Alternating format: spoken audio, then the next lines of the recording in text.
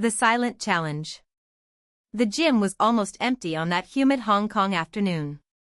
The air was thick with the smell of sweat and old leather from punching bags, while the rhythmic sound of Bruce Lee's fists echoed against the tough fabric. He moved with the precision of clockwork, each stroke an extension of his own body, fast, clean, relentless. The warm-up was a dance, not just physical but mental preparation. He knew that, in a few minutes, he would face another challenge, another man who doubted what his eyes saw. It was then that the door creaked. An elderly man, dressed in an impeccably white GI, entered with the posture of someone carrying the weight of centuries of tradition. His eyes, cold and calculating, scanned the room until they landed on Bruce, who stopped for a moment, recognizing the aura of authority that emanated from the newcomer. The old man didn't need to introduce himself. Everyone in Hong Kong knew Grandmaster Wong, a Wing Chun master who had trained generations of fighters, and who, above all, despised any innovation that threatened the purity of his art. "You waste your time with these circus moves," Wong said, his voice full of disdain. "Real kung fu isn't about showing off. It's about discipline. It's about respect. Things you apparently never learned." Bruce didn't turn around immediately. He finished the sequence of kicks, his foot cutting through the air with a dry swish before landing softly on the ground. Only then did he look at the old man, his dark eyes shining with a dangerous calm. "Respect is earned, not demanded," he replied, his voice low, almost a whisper. "And discipline is not a cage. It's a tool." Wong huffed, crossing his arms over his chest. "Tool? You call this mix of dancing and boxing punches kung fu? You put the masters who came before you to shame." Bruce smiled, but there was no humor on his face. It was the smile of a predator who had just spotted its prey. "Then show me what the masters before me knew how to do." Wong didn't expect such a direct answer. He hesitated for a second, but his pride spoke louder. With a fluid movement, he assumed a Wing Chun stance, hands open like claws, ready to parry and counterattack. 5 seconds, said the old man, with a challenging tone. "If you can touch me once, I will admit that there is something of value in what you do." Bruce didn't respond. He just clenched his fists lightly, the muscles in his forearms twitching in anticipation. The first movement came like a bolt of lightning. Wong came forward with a direct punch, quick but predictable. Bruce dodged with a minimal turn of his body, the old man's hand passing inches from his face. Before Wong could react, Bruce counterattacked, a precise side kick aimed at his master's rib. But Wong blocked it with his forearm, using the force of the impact to spin and throw an elbow towards Bruce's temple. It was a mistake. Bruce was no longer there. With an almost imperceptible movement, he bent down, letting his elbow pass over his head, and in the blink of an eye, his right hand shot out, a 1-inch punch, concentrating all of his body's strength into a single joint. The impact hit Wong in the sternum with a sharp crack. The old man staggered back, eyes wide with shock. He tried to steady himself, but his legs didn't respond. He fell to his knees, breathing ragged, while Bruce remained standing, motionless, watching. 5 seconds, said Bruce, his voice calm. "I think we fulfilled the agreement." Wong looked up, his face red with humiliation and pain.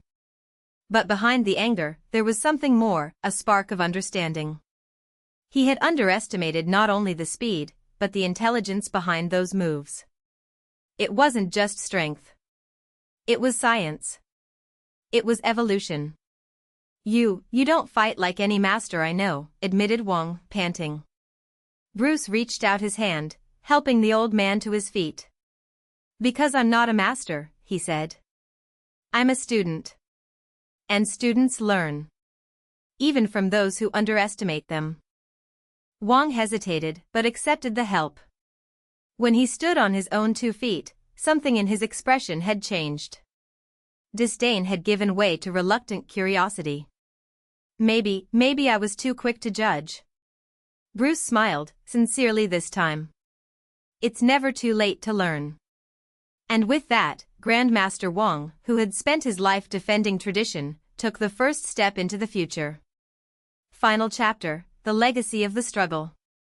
The corridors of the Kamartaj temple echoed with an unusual silence. Wang, still with the remnants of the fight marked on his face, watched Bruce Lee with an intensity that went beyond respect. It was almost reverence. Not for the defeat, but for the lesson. For the first time in decades, the old master felt the weight of his own words. Tradition is not a shield, but a sword. And swords rust when they are not used. You talk about evolution, said Wang, crossing his arms. But evolution requires proof. It's not enough to say that something is better. It needs to be demonstrated. Bruce tilted his head, intrigued. And how do you suggest I do that? Wang did not respond immediately. Instead, he turned and walked to a solid wooden door covered in ancient runes. With a deliberate gesture, he pushed it away, revealing a circular hall where dozens of masters from the most diverse lineages gathered, men and women in colorful robes, some with scars from past battles, others with gazes as sharp as blades. In the center, a stone circle, weathered by time, marked the place where, according to legend, Agamotto himself had judged the first disciples. The Shadow Tournament, Wang announced. A competition that happens every generation, where the world's greatest fighters face off not just for victory, but for the right to shape the future of martial arts.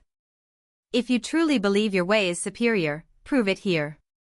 Bruce felt the weight of the challenge. It wasn't just a fight, it was a statement. A war between the old and the new. The tournament. The days that followed were intense preparation. Bruce trained not only his body, but his mind, studying his opponent's styles through ancient scrolls that Wang reluctantly provided him. There was the master of Kalarapayattu, whose movements resembled a serpent dancing among the trees, the Bajiquan nun, whose blows were so precise they could break bones without leaving marks, and the legendary Silent Blade, an assassin whose name was whispered only in secret, known for never having been defeated. Meanwhile, Wang watched everything from afar, torn between loyalty to tradition and curiosity for what Bruce represented. One night, after training, he found him alone in the courtyard, looking at the stars. "Are you afraid?" asked the old master.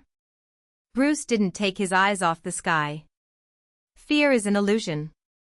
What I feel is respect. And determination." Wang nodded, as if expecting exactly that answer.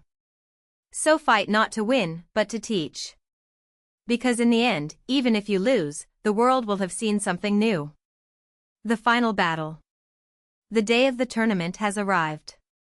The hall was packed, the air thick with tension. Bruce advanced through the stone circle, facing his opponents one by one, each fight more difficult than the last. Kalarapayattu's master fell with a precise blow to the solar plexus. The Bajiquan nun was defeated when Bruce used his own rigidity against her, redirecting her strength into a fluid counterattack. But it was against the Silent Blade that the real test came. The killer did not fight with honor. Low blows, surprise attacks, poison on the blades. Bruce, however, had studied his movements, not just the physical ones, but the psychological ones. When the Silent Blade attempted a sneak attack from behind, Bruce spun at the last second, grabbing his wrist and twisting it until the dagger fell to the ground. "You fight like a ghost," said Bruce, panting. "But ghosts have no substance." The killer spat out blood, his eyes burning with hatred. "You don't understand anything. The fight is not about beauty. It's about survival. And who said it can't be both?" With one swift movement, Bruce completely disarmed him, leaving him on his knees. The hall erupted in murmurs.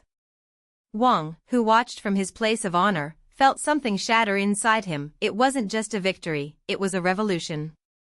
The new path. After the tournament, Bruce was declared the winner, but declined the title of Grandmaster. Instead, he asked for just one thing, that Wang help him found a new school, where martial arts would not only be preserved, but evolved. A school where tradition and innovation coexist. "You're asking me to betray everything I stood for," Wang said, but his voice no longer held the same conviction. "No," Bruce replied. "I'm asking you to help build something bigger. Wang looked at the stone circle, where so many battles had been fought in the name of the past. Then, for the first time in centuries, he smiled. So be it. And so, Jeet Kune Do was born, not as a martial art, but as a philosophy. A path where there were no limits, only possibilities. Bruce Lee left Kamartaj with a mission, to bring his vision to the world. And Wang, the keeper of traditions, was left behind, no longer a prisoner of the past, but an architect of the future. Because in the end, the real fight was never between the old and the new. It was between what was and what could be. The endless path. The first few months were full of fire. Bruce Lee traveled to Hong Kong, where the narrow streets and dank alleys echoed with the sound of bare feet hitting sandbags and the murmur of students who, like him, sought something beyond rigid forms. He didn't just teach strokes, he taught flow. Adapting. Being water. But not everyone was ready. Masters of traditional arts called him a heretic. "You dishonor centuries of discipline," shouted an old karate sensei, his face red with rage, as his students surrounded Bruce in a dark alley. "Jeet Kune Do is an affront." Bruce didn't back down. "It's not an affront. It's an evolution. Either you move, or you will be left behind." The fight was quick. The sensei attacked with a predictable sequence of high kicks, and Bruce dodged, counterattacking with a precise blow to the solar plexus. The man fell to his knees, panting, but not defeated, just perplexed. How did you do that?" "Because I didn't fight your movement," Bruce replied, holding out a hand to help him up. "I used it." Some of the sensei's students approached, curious. Others turned their backs, faithful to tradition. But the old master, after a long silence, bowed his head. "Show me." Meanwhile, in Kamartaj, Wang watched the world change. The library's walls, once lined with sacred parchments, now also housed Bruce's notes, sketches of movements, reflections on the nature of combat, even philosophical scribbles about emptiness and fullness. Wang ran his fingers through the pages, feeling the weight of the choice he had made. One day, a young monk, still with a shaved head and eyes shining with idealism, entered the room. "Master Wang, the others say that Jeet Kune Do is a betrayal. That we must resist." Wang closed the book he was reading. "And what do you say?" The monk hesitated. I don't know. We were always taught that tradition is sacred." "It is," Wang replied. "But the sacred is not static. It is like a river, if it doesn't flow, it rots." He pointed to a window, where the valley below stretched out, green and endless. "Bruce Lee didn't destroy what we built. He reminded us that we can build more." The monk looked at his hands, still marked by the scars of ancient training. "So, what do we do now?" Wang smiled, for the first time in a long time. "We teach. But not just what we know. Also what we learn." The years passed. Bruce Lee became a legend, not because he won every fight, but because he changed the way the world viewed combat. His films, his writings, his magnetic presence have inspired millions. And, in secret, he never stopped corresponding with Wang. "Jeet Kune Do is not mine," he wrote in one of his last letters. "It belongs to everyone. And no one. Because the path has no owner, only travelers." Wang read the words by candlelight in Kamartaj as a storm raged outside. He knew Bruce was sick, rumors even reached the mountains. But there was nothing he could do but continue. When the news of Bruce's death arrived, Wang didn't cry. Instead, he climbed to the highest peak in the valley and lit a fire. The monks gathered around in silence as the flames danced against the night sky. "Today," Wang said, "we do not mourn a loss. We celebrate a beginning." And for the first time in centuries, Kamartaj didn't just teach the past. Taught the future. Epilogue. Years later, a young American fighter, with determined eyes and a scarred body, arrived at the gates of Kamartaj. He had heard stories about a place where martial arts were not just techniques, but philosophy. About a man named Wang, who had met Bruce Lee. The young man was received in silence. Wang, now older but still with the same serene demeanor, watched him for a long moment. "Why did you come here?" he asked. The young man took a deep breath. "Because I want to learn how to fight without limits." Wang smiled. "So you've already started." And so the cycle continued. The legacy of Camartage. The years that followed that night when the flames danced against the sky were not easy. Reconstruction of Camartage required more than stones and mortar, it required a change of soul. Wang, now the supreme guardian, knew that the real challenge was not to restore what had been lost, but to redefine what Camartage could be. The libraries, once filled with forbidden grimoires and sealed parchments, have been reorganized. Books of science, medicine and philosophy from all cultures found their place alongside ancient manuscripts. The masters, previously rigid in their traditions, began to accept that knowledge had no borders. A Tibetan monk, a specialist in meditation techniques, began exchanging teachings with an Indian scientist who studied the physics of mystical energy. A young woman from Shanghai, who had arrived as a reluctant apprentice, discovered that her technology skills could be as valuable as martial arts. But not everyone accepted the changes.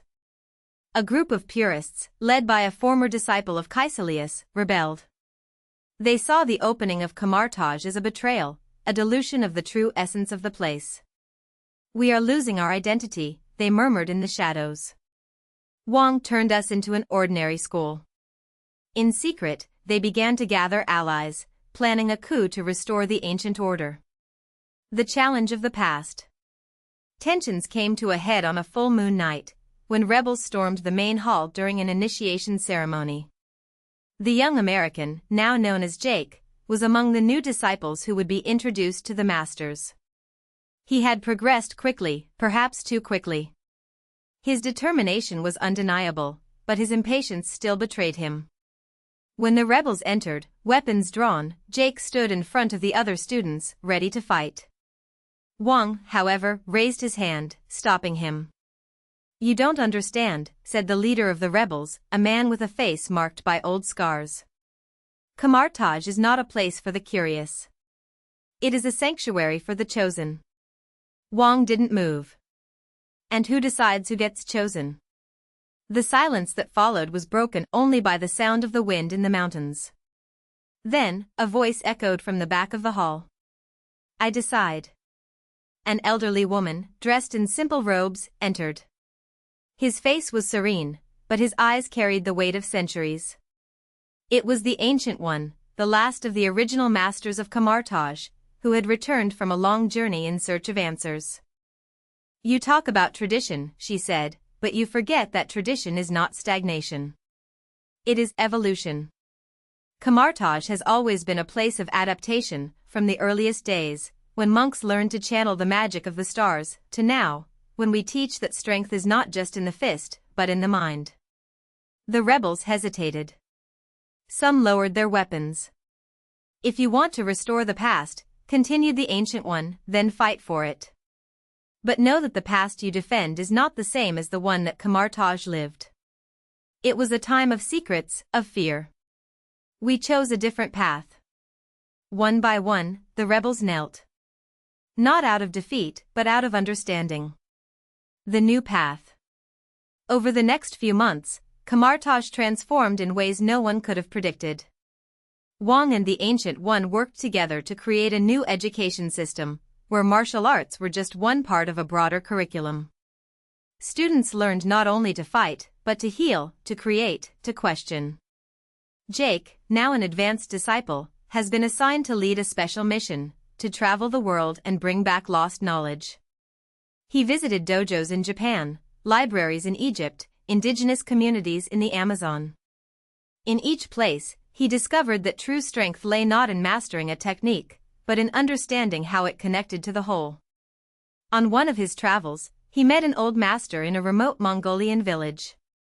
The man, almost a century old, recognized the same fire in him that he had seen in Wang decades before. "You carry the weight of Camartage," said the master. "But remember, a river is not strong because it is still. It is strong because it flows. Jake returned home with more than knowledge, he returned with certainty. Kamartaj was no longer a refuge from the world. It was a beacon for him. The cycle continues. Years passed. Wang, now with gray hair and deep wrinkles, looked out over the Kamartaj gardens from a balcony. Below, children trained, masters discussed, apprentices meditated. The place vibrated with an energy that hadn't existed before. One of the students, a girl no more than 10 years old, looked at him with curious eyes. Master Wang, she asked, why is Kamartaj so special? Wang smiled. Because here, we don't just teach how to fight. We teach how to live. And as the sun set over the mountains, he knew the future was in good hands. The cycle didn't just continue, it expanded.